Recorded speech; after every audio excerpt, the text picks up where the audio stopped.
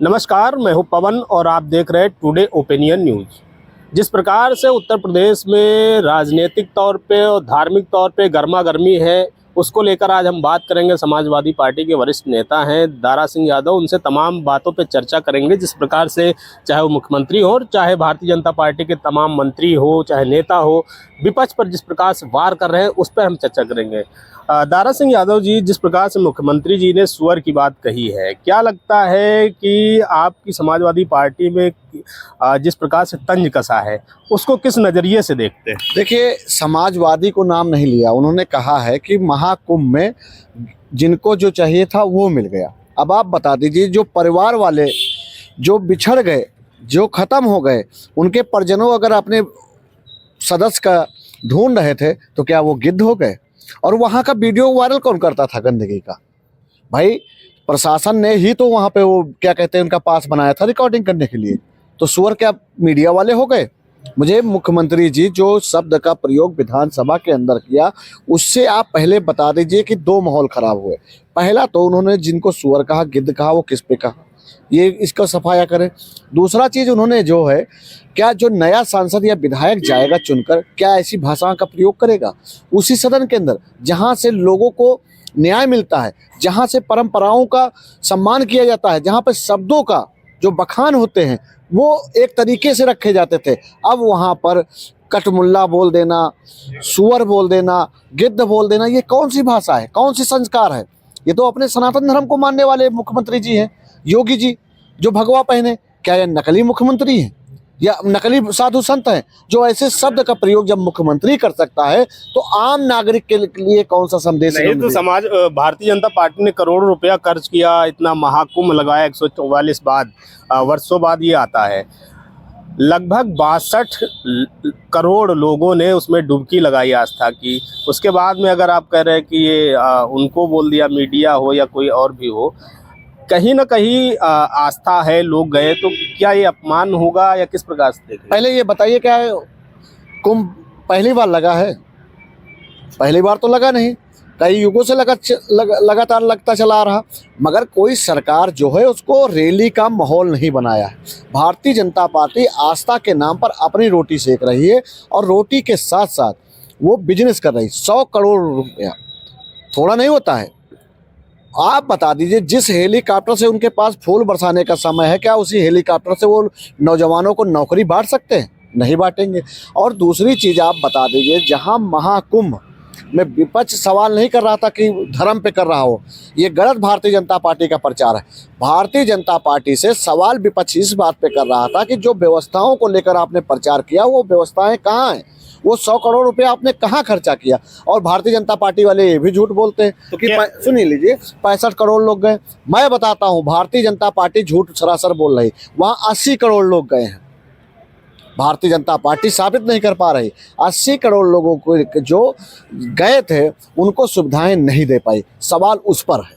Samajwadi party के समय भी अर्धकुंभ लगा, कहा जा रहा है कि भारतीय जनता पार्टी की तरफ से तमाम अव्यवस्थाएं थी। उन्होंने स्मार्ट सिटी की बात की, तो उनका कहना है, हालांकि हो या ना हो वो निजी तौर पे देखना होगा, तमाम सर्वे होंगे। क्या लगता है कि स्मार्ट सिटी बनी, आपकी भी सरकार रही, गांव को स्मार्ट बनाने की तो कवायद चल सकती थी, उस पर कितना आपने काम किया होगा? देखिए, भारतीय जनता पार्टी जिंदगी भर से, मतलब मैं बता रहा हूँ, जिंदगी भर जब तक इनकी सरकार रही, जो वो अपना काम कभी गिना ही नहीं पाए। वो आरोप पे आरोप लगा रहे हैं। मैं अपने काम पूरे गिना सकता हूँ। समाजवादी पार्टी में माननीय श्री अखिलेश यादव जी जब शुरू से जब से बैठे हैं और 17 में जब हटे हैं तब तक के कितने काम किए, और हटने के बाद भी उत्तर प्रदेश के मुख्यमंत्री उन्हीं के कामों को करा पाए हैं, वो फीता काट पाए, काम भी नहीं पूरा कर पाए। जैसे आप सीतापुर में देख लीजिए, आज भी वो बंद पड़ा हुआ है ट्रामा सेंटर। जेपीएनआईसी घोटाला हुआ, भारतीय जनता पार्टी ने कल 50 करोड़ उसको केवल मरम्मत के लिए किया।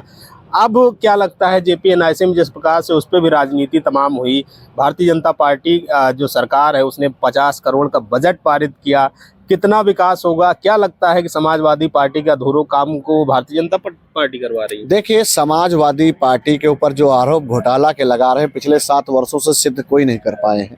इनके पास सिर्फ हवा हवाई है। विकास जेपी नारायण जी की प्रतिमा पर जब जब हमारे माननीय राष्ट्रीय अध्यक्ष जी माला पहनाने जाते थे तब इनके पास फोर्स है, मगर उत्तर प्रदेश में किसी बहन बेटी के साथ या कहीं पे कोई घटना हो जाती है तो इनके पास ना पुलिस बचती है ना अधिकारी बचती है। और ये आज तक इन्होंने उत्तर प्रदेश के मुख्यमंत्री होते हुए बता दीजिए किस भ्रष्टाचारी अधिकारी के ऊपर कार्रवाई की, जबकि इनके मंत्री खुद ही भ्रष्टाचार का उजागर किए हैं। आशीष पटेल हो या कोई और मंत्री हो, कितने भ्रष्टाचारों का खुलासा किया, मगर किसी पे कार्रवाई नहीं होगी, क्योंकि भ्रष्टाचार को बढ़ावा देने वाली ही ये सरकार है। और जितने भी जिन जिन पर इन्होंने मंत्री पे आरोप लगाया, और जब भारतीय जनता पार्टी उसने ज्वाइन कर लिया, वो एकदम दूध का धुला हो गया। तो जनता सब देख रही है कि प्रदेश, और सबसे बड़ा सवाल जो आपने शुरुआत में ही कहा था कि महाकुंभ में सबसे बड़ा भ्रष्टाचारी यही है कि भारतीय जनता पार्टी जो 100 करोड़ का बजट पास किया उसमें योगी और मोदी के सिर्फ पोस्टर लगे हैं। आपने दलित महिलाओं की बात की, अत्याचार की बात कही। अभी मैनपुरी में एक दलित युवक था, उसके घर में महिलाओं के साथ छेड़छाड़ हुई, कहीं मामला नहीं उठा, उसका यादव समाज ने उसकी हत्या कर दी। और भी तमाम मुद्दे रहे जहां पे समाजवादी पार्टी ने रहे, उसको क्यों दबा दिया गया? देखिए, अपराधी चाहे यादव समाज से हो, चाहे ब्राह्मण समाज से हो, चाहे ठाकुर समाज से हो, चाहे दलित समाज से हो, अपराधियों को मैं तो कहता हूँ खुला गोली मार दो। तो मार तो रही है नहीं, कहाँ मार रही, किसको मार दिया? इन्होंने विधानसभा में एक लिस्ट जारी की थी, क्या कर दिया? एक रोवा किसी अपराधी का ये नहीं टेढ़ा कर सकते। जिस दिन टेढ़ा करेंगे, कैसी बात करते हैं?